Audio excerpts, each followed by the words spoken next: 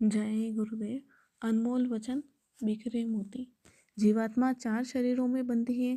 पहला यह स्थूल शरीर है।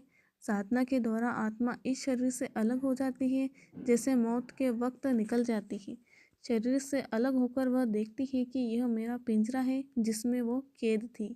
साधना के द्वारा साधक बार बार शरीर से निकलना सीख ले तो मौत का डर समाप्त हो जाता है।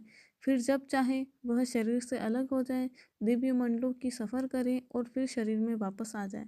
इसलिए कबीर साहब ने कहा है कि जा मरने से जग डरे, मेरे मन आनंद, कब मरी हो कब पाही हो पूर्ण परमानंद।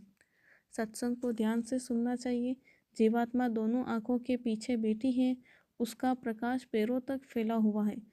जब ध्यान पर बैठेगी तो पैरों से सिमटाव शुरू होगा और ऊपर का शरीर शून्य होता चला जाएगा। चेतना सिमटती चली जाएगी, शरीर निर्जीव सा हो जाएगा। घबराना नहीं चाहिए, यह जीते जी मौत की प्रक्रिया है। शरीर से निकलने के बाद आत्मा उड़ने की स्थिति में आ जाती है। घूम घूम कर चारों तरफ सब कुछ देखती है, अपने शरीर को भी देखती है और सोचती है कि मैं इसी में बंद थी।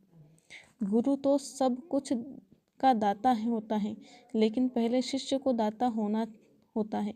अर्थात गुरु को पाने के लिए पहले शिष्य को कुछ देना पड़ता है, और वह है बुराइयाँ।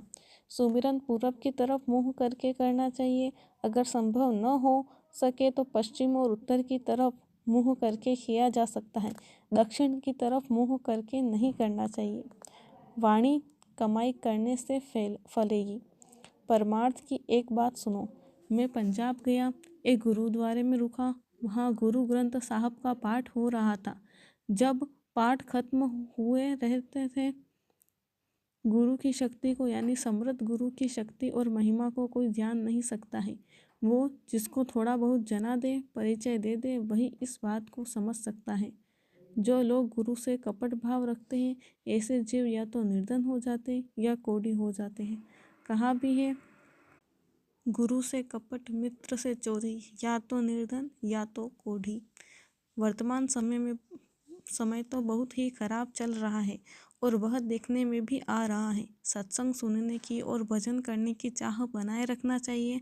जो शाकाहारी नहीं है, बुरे आचार विचार के लोग हैं, उनका संग नहीं करना चाहिए और जहाँ तक हो सके दूर ही रहना चाहिए, वरना आपकी बुद्धि भी भ्रमित हो जाएगी। इस आसमान के ऊपर स्वर्ग है, देवी देवता हैं, उनके भी बच्चे हैं। साधक जब साधना के द्वारा स्वर्ग में पहुंचते हैं तो वहाँ के सुख में इतने आनंदित हो जाते हैं कि लौटकर इस शरीर में वापस आना नहीं चाहते।